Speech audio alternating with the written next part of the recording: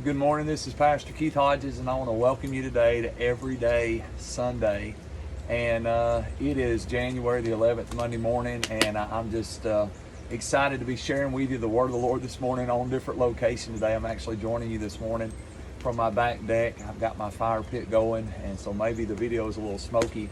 But I really wanted to share today's lesson, today's devotional with you from out back.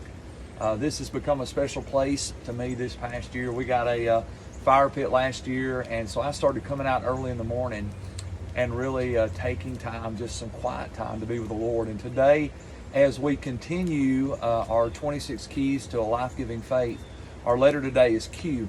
And so for the letter Q today, I want to talk to you about if you're going to have a life-giving faith, you're going to have to cultivate a quiet time.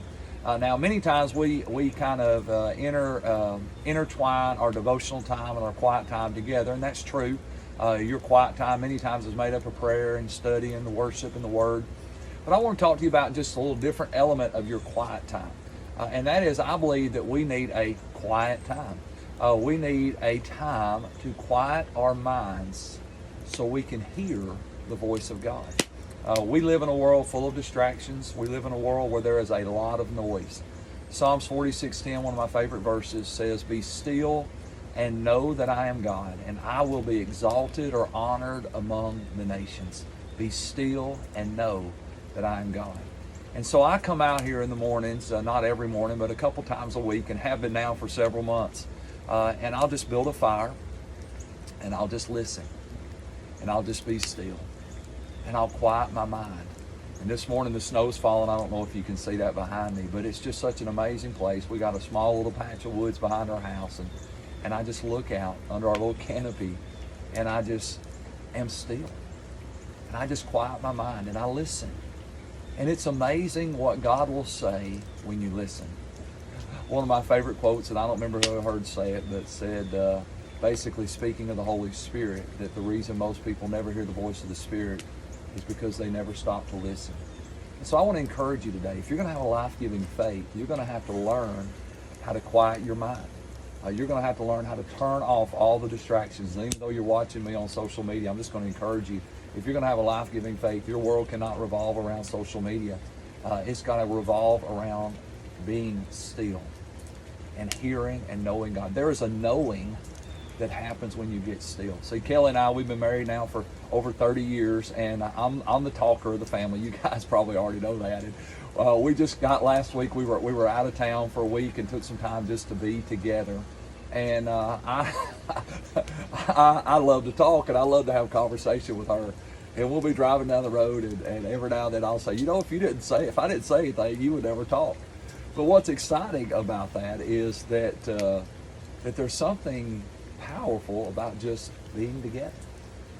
And we've learned over the years that I don't always have to be talking, and she definitely doesn't always have to be talking.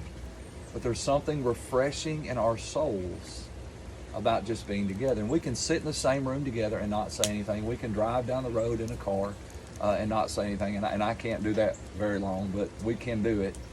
But there's something refreshing about just being with her. And I kind of aggravate Kelly. And I'll follow her around in the house sometimes, and she'll say, "What are you doing?" And I'll say, "I just want to be with you."